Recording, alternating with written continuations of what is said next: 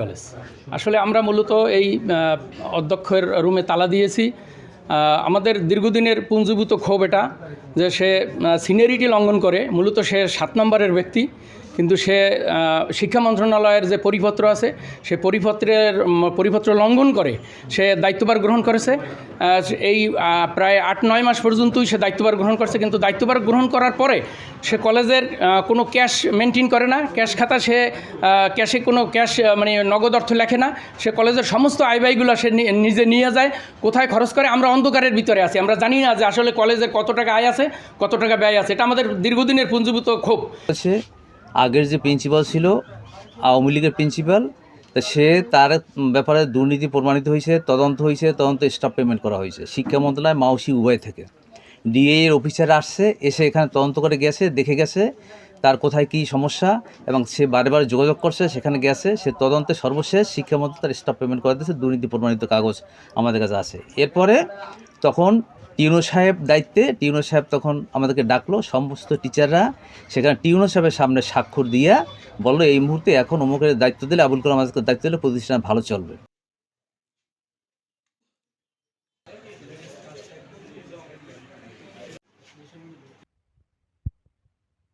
স্বাক্ষরকারী দানখালী ডিগ্রি কলেজের সকল শিক্ষকবৃন্দের পক্ষে জানাচ্ছি যে অত্র কলেজের অধ্যক্ষ জনাব মোহাম্মদ বশির আহমেদ শারীরিকভাবে অসুস্থতাজনিত কারণে শিক্ষা মন্ত্রণালয়ের বিধি মোতাবেক আমাকে ভারপ্রাপ্ত অধ্যক্ষ হিসেবে দায়িত্বভার অর্পণ করেন। কিন্তু অত্র কলেজের জ্যেষ্ঠ প্রভাষক মোহাম্মদ আবুল কালাম আজাদ ক্ষমতার দাপট দেখিয়ে মব সৃষ্টি করে সিনিয়র হিসেবে 7ম স্থানে থেকেও তৎকালীন উপজেলা নির্বাহী অফিসার মহোদয়কে ভুল বুঝিয়ে এবং তার সিনিয়র শিক্ষক সহ অন্যান্য সকল শিক্ষকদের মামলা মোকদ্দমা ভয়ভীতি প্রদর্শন করে ভারপ্রাপ্ত অধ্যক্ষ পদে 30/6/2025 খ্রিস্টাব্দ তারিখে দায়িত্বভার গ্রহণ করেন।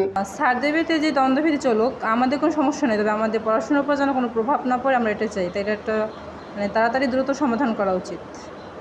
প্রিন্সিপাল স্যারকে নিয়ে একটা দ্বন্দ্ব চলতে আছে। তো এক্ষেত্রে আমাদের একটাই দাবি যে আমাদের কলেজে যে আসুক সে যেন আমাদের পড়াশোনা প্লাস সব কিছু ঠিকঠাক মতো সুষ্ঠুভাবে পরিচালনা করতে পারে। আমাদের কলেজে যাতে কোনো সমস্যায় যেন আমরা যদি সমস্যার সম্মুখীন না হই, আমাদের যাতে লেখাপড়ায় যাতে কোনো প্রভাব কোনো না ঘটে, যেন খারাপ কিছু না ঘটে, আমাদের লেখাপড়া যাতে আমরা ভালোভাবে চালিয়ে যেতে পারি, এটাই আমাদের প্রত্যাশা।